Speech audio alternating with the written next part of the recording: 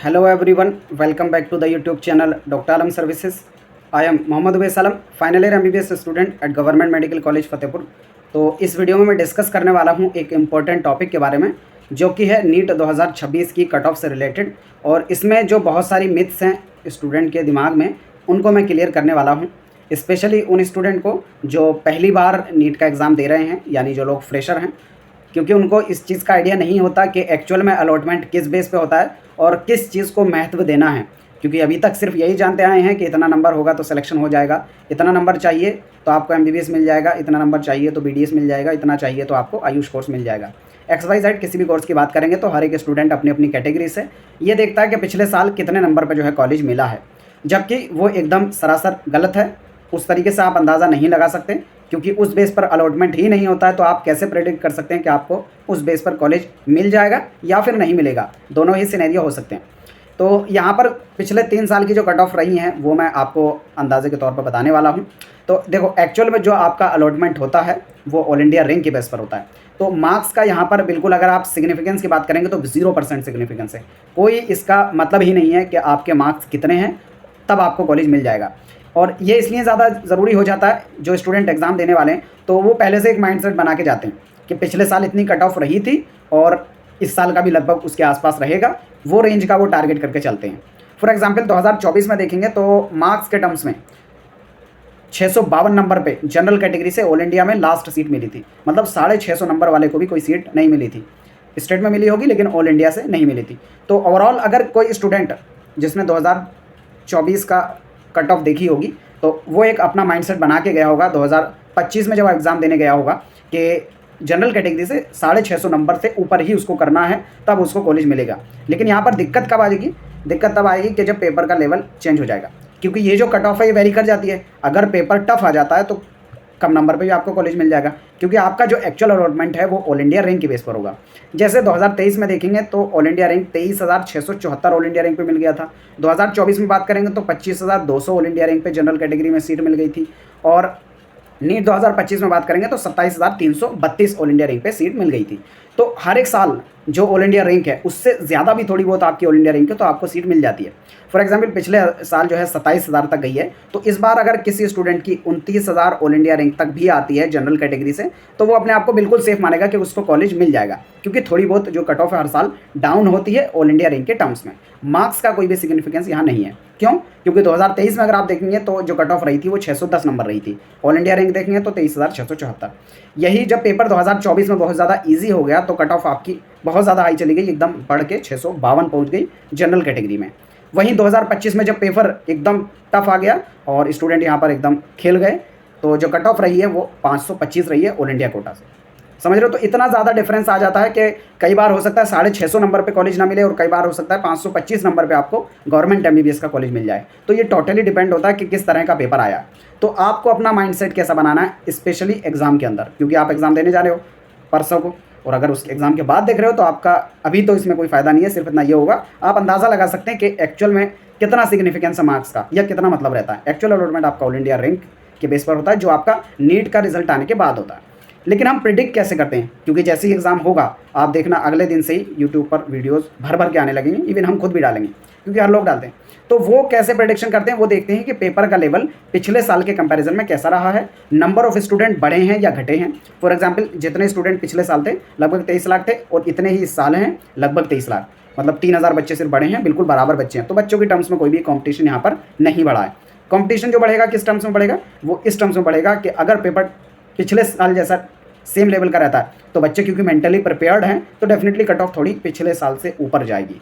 वो इसलिए क्योंकि बच्चे प्रिपेयर्ड हैं। पिछले साल क्या हुआ था, स्टूडेंट अपना टारगेट बनाए गए थे कि 650 तक का वो जनरल कैटेगरी से स्कोर करेंगे, जनरल OBC या EWS कैटेगरी से, क्योंकि इतनी ही इसकी कट ऑफ रही थी। लेकिन अगर पेपर के अंदर स्टूडेंट करेगा तो उसको इतना तो समझ में आ जाएगा कि किसी भी तरीके से उसके 650 नंबर तो नहीं पहुंच रहे हैं, क्योंकि बहुत कम स्टूडेंट ही ऐसे थे जो 650 तक पिछले साल पहुंच पा रहे थे, तभी तो इतनी कम कट ऑफ गई थी। तो ऐसा स्टूडेंट जो पहले से टारगेट बना के गया था कि 650 से ज़्यादा नंबर लाएगा और उसने अच्छे से पढ़ाई भी की होगी, डेफिनेटली मैं मान रहा हूँ उस चीज़ को, लेकिन वो पेपर में दिख रहा होगा कि मेरे 550 600 के नंबर के आसपास आ रहे हैं।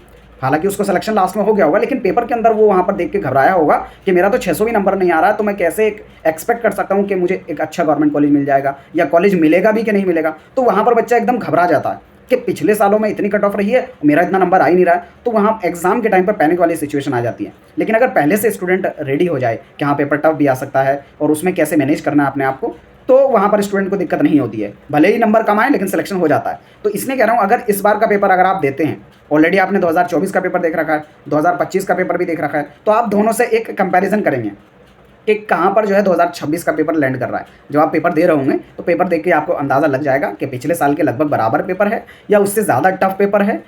और वो कई सारे पैरामीटर हैं, हो सकता है टफ क्वेश्चंस की बेस पर या फिर लेंथी क्वेश्चन पेपर होने की वजह से बहुत सारे पैरामीटर होते हैं वो डिसाइड करने के कि ओवरऑल पेपर जो है वो टफ रहा है, मॉडरेट रहा है या इजी रहा है। ये सारे पैरामीटर्स पे जैसे ही एग्जाम होगा उस पर डिटेल में जो हम लोग डिस्कस करेंगे कि इस साल का कैसा रहा है, और उसी से जो है प्रेडिक्शन भी किया जाएगा कि क्या लगभग कट ऑफ रह सकती है, समझे। तो जब आप एग्जाम दोगे तो आपको लगभग एक अंदाज़ा हो जाएगा कि पिछले साल के कंपैरिजन में किस लेवल का पेपर रहा है।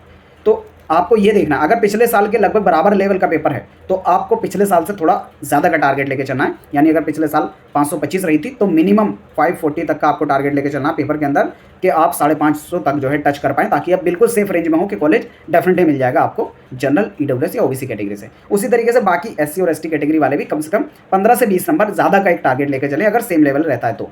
अगर इन केस पेपर ईजी आता है, उसकी उम्मीद बिल्कुल भी नहीं लग रही है मुझे भी, और ज़्यादातर लोगों को, आप लोगों को भी लग रहा होगा कि पेपर का लेवल ईजी तो नहीं होगा, लगभग पिछले साल के बराबर, या हो सकता है उससे थोड़ा बहुत टफ और ज़्यादा हो जाए। अगर थोड़ा सा ज़्यादा टफ होता है तो पिछले साल की जो कट ऑफ रही है उसका एक टारगेट आप लेके चलें कि कम से कम पेपर के अंदर आप जो है 530 525 के आसपास तक अटेम्प्ट कर पाएँ सही के टर्म्स में। ये नहीं कि आप उनको तुक्कों को काउंट करके चलें, जो एक्चुअल आप सही कर रहे हैं उसको काउंट करने की बात चलिए, समझे। तो इस चीज़ को आप ध्यान देंगे। या फिर अगर पेपर इन केस, वो तो कुछ भी सकता है, अगर इन केस ईजी आता है तो आपको अपना लेवल जो है बढ़ाना पड़ेगा, आपको अपनी कट ऑफ उसी बेस पर लेके चलनी होगी कि कट ऑफ थोड़ी ऊपर जाएगी और ज़्यादा क्वेश्चन आपके सही होने चाहिए। इजी पेपर देखकर ये मत करने लगना कि हाँ आसान पेपर है, क्योंकि आसान में ज़्यादा चांसेस होते हैं कि आप गलतियाँ कर दें, और आसान पेपर में एक क्वेश्चन पर भी कई कई हज़ार बच्चे पाए जाते हैं नीट में, क्योंकि 22-23 लाख बच्चे हैं और एक एक रैंक पे, एक एक नंबर पे बहुत सारे बच्चे होते हैं। तो इसलिए ज़रूरी है कि आप बिल्कुल हर एक चीज़ को सही से एनालाइज़ करें और उसके बेस पर प्लान करें, ठीक है। तो ये तो हो गया कि इस साल के लिए आपको कैसे प्लान करना है। एग्जाम टाइम में स्पेशली मैं वीडियो पहले इसलिए बनाना चाह रहा था कि जब आप एग्जाम दें तो कैसे अपना माइंडसेट रखें कि आप एक सिलेक्शन वाली रेंज में आएँ। तो पिछले सालों का जो पेपर रहा है उससे आपको एनालाइज करना है कि इस साल के पेपर को आप पिछले साल के बराबर मानेंगे या उससे ज़्यादा टफ या उससे ज़्यादा ईजी।